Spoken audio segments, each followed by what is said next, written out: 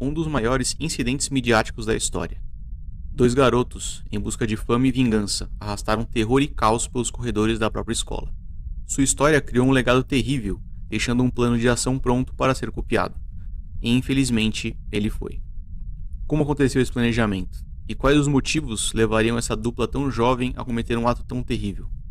Pegue um café, deixe o like e se inscreve no canal. Este é o caso do massacre de Columbine. Mr. President, there are 14 kids dead in an elementary school in Texas right now.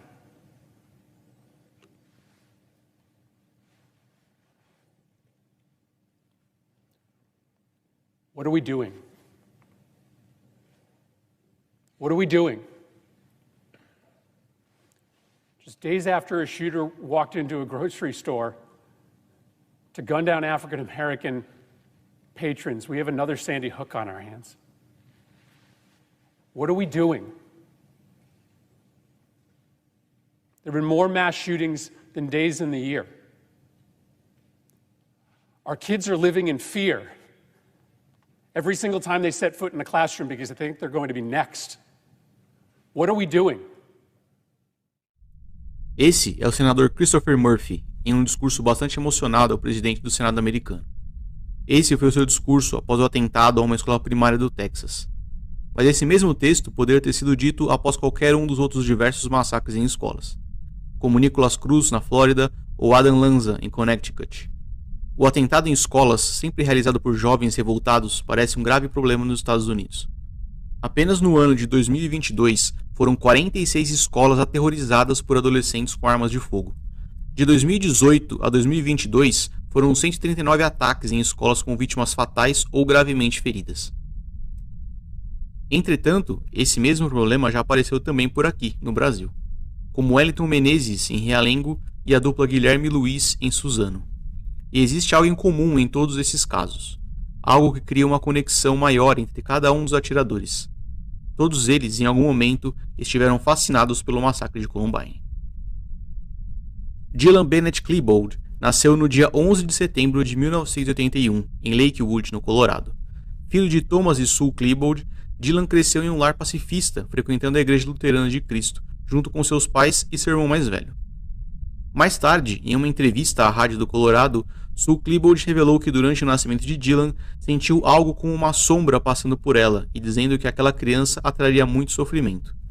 Foi um sentimento muito rápido, passageiro, disse ela. Durante a escola primária, Dylan chegou a entrar em um programa escolar para crianças com alto potencial intelectual. Seu desempenho acadêmico o fez ser transferido algumas vezes de escola, dificultando a formação de boas amizades. Os outros alunos descreviam Dylan como uma criança muito envergonhada e tímida, a ponto de causar constrangimento em seus colegas. Os pais de Dylan na época assumiram que aquele era um comportamento normal entre adolescentes, já que Dylan também sempre pareceu mais reservado e calmo em casa. Bastante ativo em grupos de esportes como beisebol e futebol, Dylan criou uma boa amizade com Brooks Brown. E foi durante o ensino fundamental, na escola Ken Carroll, que ele conheceria seu parceiro de crime e melhor amigo, Eric Harris. Eric David Harris nasceu no dia 9 de abril, em 1981, em Wichita, no Kansas. Sua mãe, Catherine Ann Poe, era dona de casa e seu pai, Wayne Harris, era piloto de transporte na Força Aérea Americana. Por conta do exército, a família de Harris se mudou diversas vezes ao longo dos anos. Com bastante dificuldade de manter amizades, uma vez que se mudava com frequência, Eric ainda teve de conviver com uma deformidade em seu peito, fazendo com que os ossos fossem um pouco afundados para dentro. Isso fazia com que Eric tivesse vergonha de tirar a camiseta em público, com medo de ser alvo de piadas, principalmente durante as práticas de esportes pelas escolas nas quais passou. Dos 12 aos 13 anos, Eric passou por algumas cirurgias plásticas que melhoraram sua situação, mas uma leve deformação ainda permaneceu visível. Mais agitado e impulsivo do que Dylan, Eric parecia sentir em ódio o que seu amigo expressava em timidez. Ambos mudaram diversas vezes de escola e encontraram naquela amizade muitos pontos em comum. Pontos até demais. Brooks Brown, o antigo amigo de Dylan, foi deixado de lado enquanto sua amizade com Eric crescia a uma velocidade impressionante. Os dois passavam todo o tempo que podiam juntos. Amantes da tecnologia desenvolveram alguns mapas para o jogo Doom, que rodavam em um servidor privado em seus computadores. Esse que você está vendo é um dos mapas reais criados pela dupla. Apesar de ainda disponíveis na internet, eu não recomendo que ninguém realize o download ou instale em seu computador.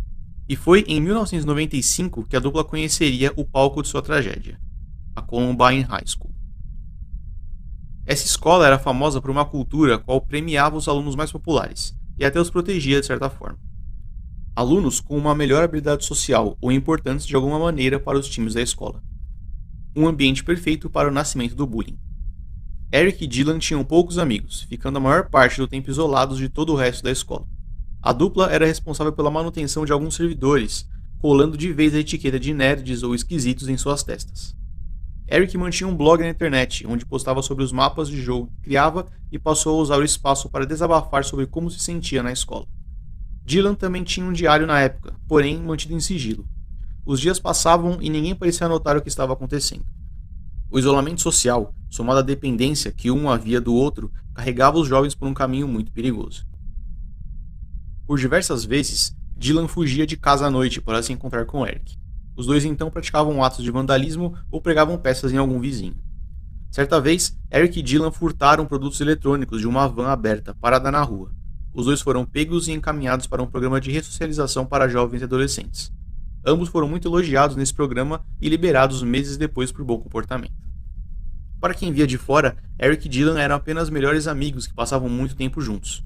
Ainda que um tanto diferentes do resto de seus colegas, nada parecia estar errado com os garotos.